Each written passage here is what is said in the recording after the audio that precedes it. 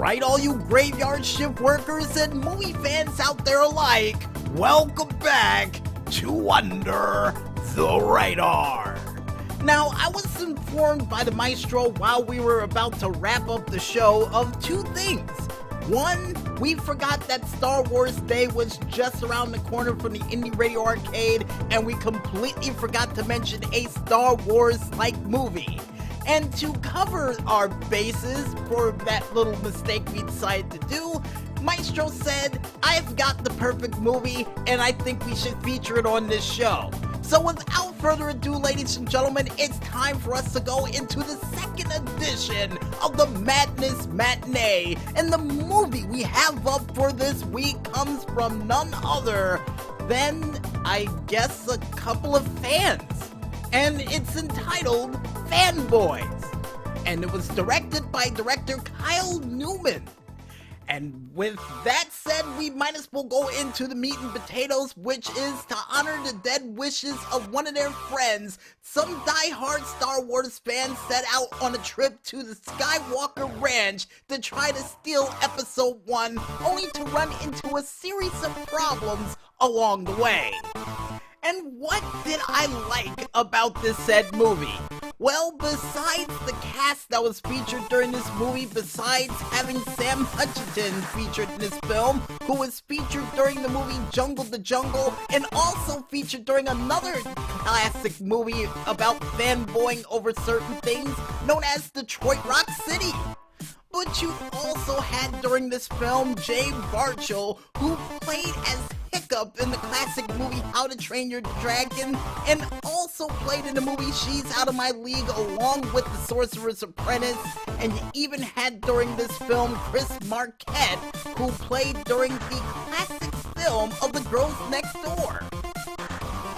And before we go any further into all the other actors featured in this film, you also had people who were featured during the Star Wars films playing minor roles during this movie, including Billy D. Williams as a judge, and even the late, great Carrie Fisher, who played a doctor during this said film. And you even had Jay and Silent Bob featured in this film as a cameo runoff during this movie as well. And Maestro wanted me to mention that also William Shatner, Danny Trejo, and alongside with him Christopher McDonald also featured in this film too.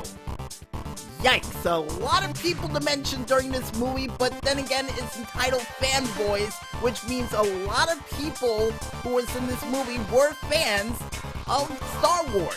A lot of them. Another thing that we loved about this film had to have been the comedy and the music that was featured during this film, which most of the music in it was Star Wars music, which, by the way, is definitely an awesome choice of music to have during your film, and the fact that they got clearance from George Lucas himself to use the said music tells you a lot.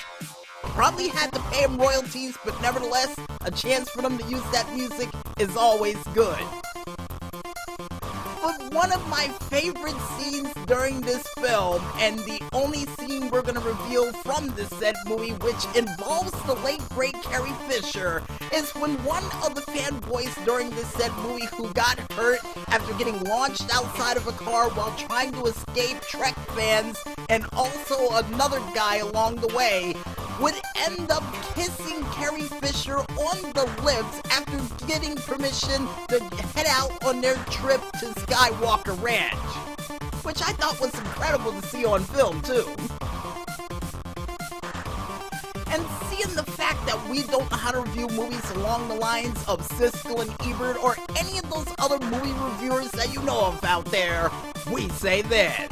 If you want to watch a movie involving fanboys who wanted to try to sneak into Skywalker Ranch since they were 6 years old and would do so on a cross-country trip to dedicate toward a best friend that will lead to them getting closer to each other than they had before, involving cameos from Star Wars characters and even Star Trek characters alike, then I recommend you go out there and watch that flick.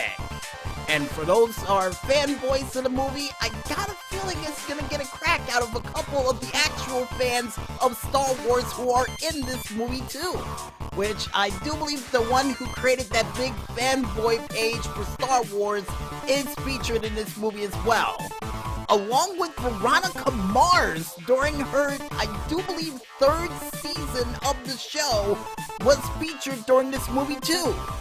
Yikes! Like we said before, folks, a lot of good people in this movie. And I guess with that said, folks, we might as well head back to this music one more time. And when we return, we'll be back with the final segment for Under the Radar for this week, right after this. So don't get lost in the madness just yet, folks, and stay tuned.